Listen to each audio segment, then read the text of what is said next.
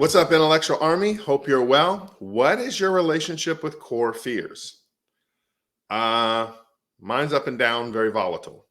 But over the course of time, with patience and intentionality and working on self awareness, I've grown to have a symbiotic relationship with them. And sometimes it's great and sometimes it's not. I'm just being 100. So I want to help you think through your relationship with core fears. But before we jump into what they are and where do they come from, why do we have them, what do they do, what kind of relationship most of us have with them, what does it look like to have a symbiotic relationship with them, and how do I practically get that? I want to tell you that trying to get there can be challenging. In fact, many of you know I released two books recently. One of them is Metamorphic Dictus. In week 2, Metamorphic Dictus, saying 10 says it takes more courage to confront our internal struggles, aka core fears, than our external struggles.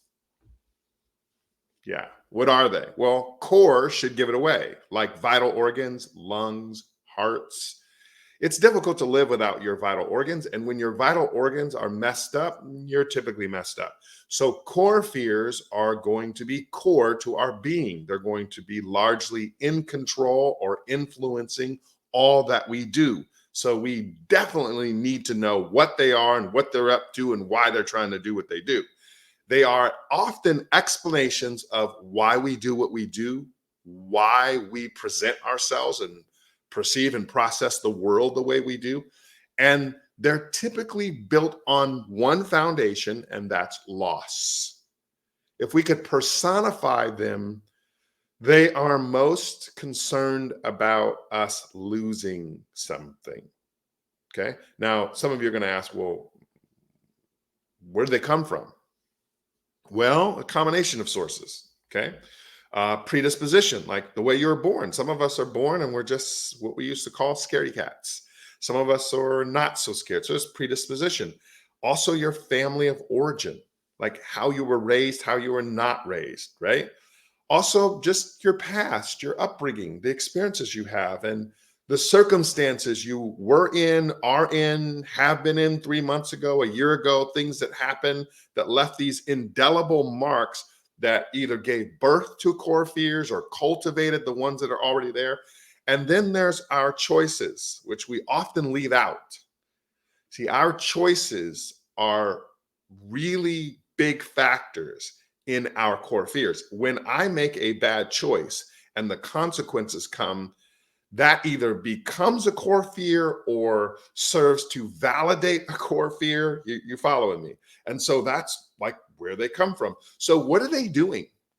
They're protecting us or trying to, or they think they are. That's their goal. I just don't want you to get hurt.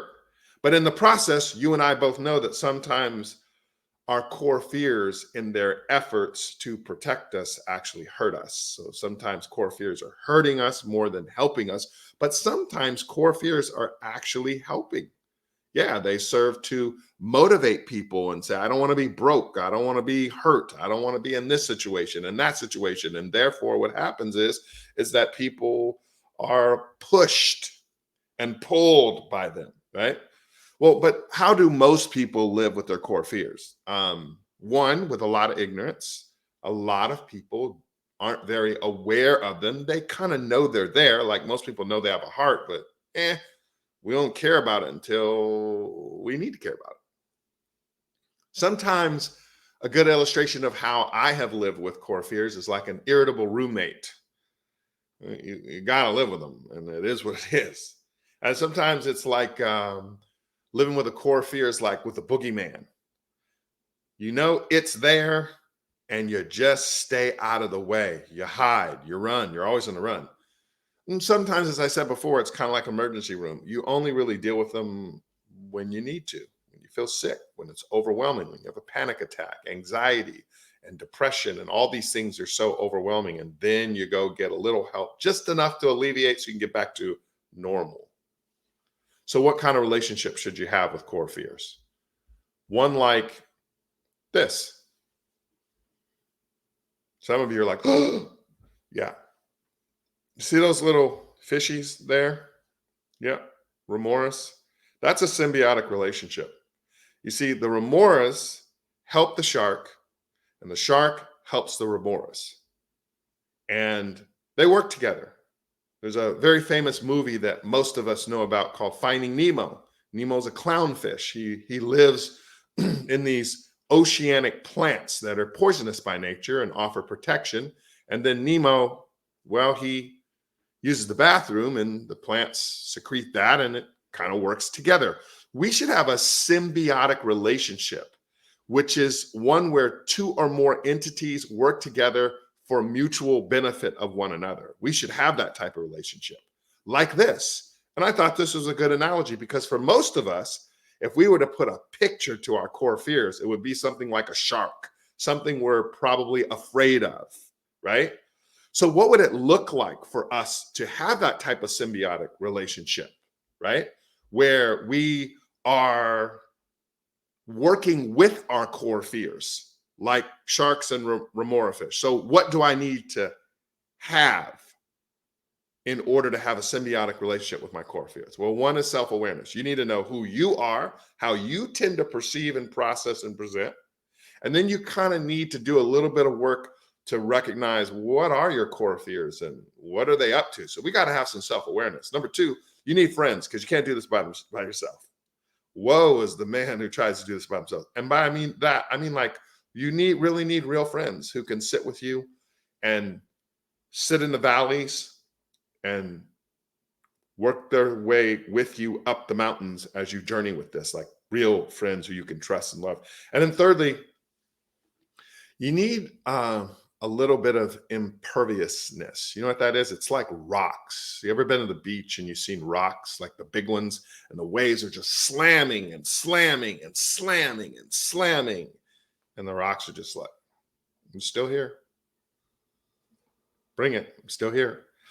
We're going to need some of that because it can get rough. You got to be impervious. It's got to be not so much. We can't be tossed to and fro by our fears because if we are, it's going to be very difficult to develop a symbiotic relationship with them. And then we need a lot of patience because it takes a lot of time. How much time, you say?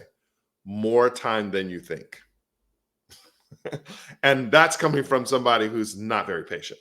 And lastly, intentionality, which has been riddled through this whole thing. Like you got to put a target on the wall and you got to aim for it and you got to shoot for it and you got to go get it and you got to be impervious and you got to be disciplined, but you're going to get there and you can have a symbiotic relationship with your core fears. You can metaphorically sit in the same room with them and they can become your friends and work for you and not against you. Grace and peace.